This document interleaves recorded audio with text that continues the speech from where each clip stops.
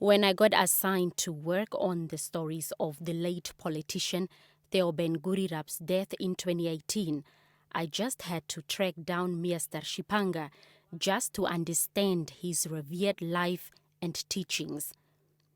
An hour-long interview turned into a true lecture when Mr. Shipanga narrated about his days and students at the famous Augustinian Training College.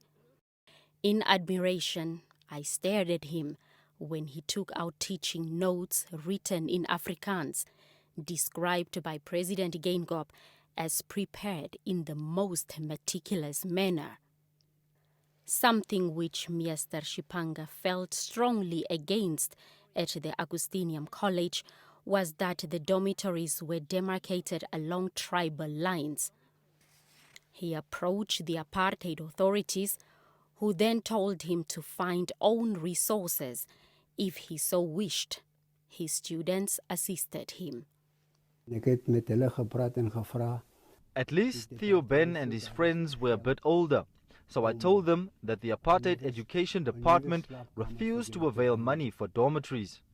We collected sand from the riverbed and made bricks and built the structures. After that, I ensured that the learners were placed into their dormitories based on their grades and not their tribes.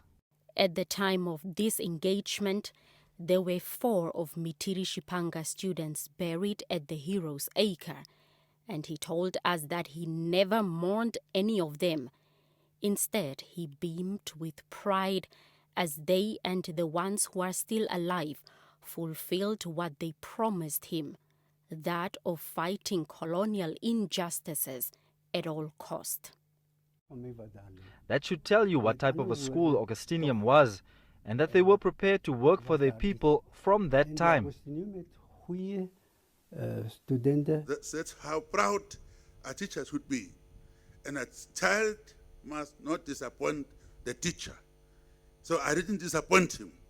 They were always saying, "That's my son."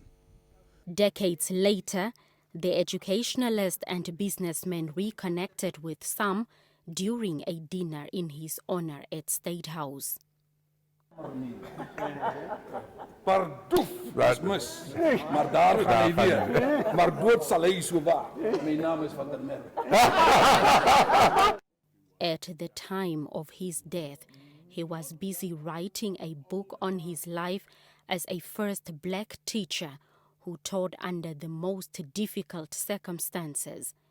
NBC was first in line to be granted a copy as he promised.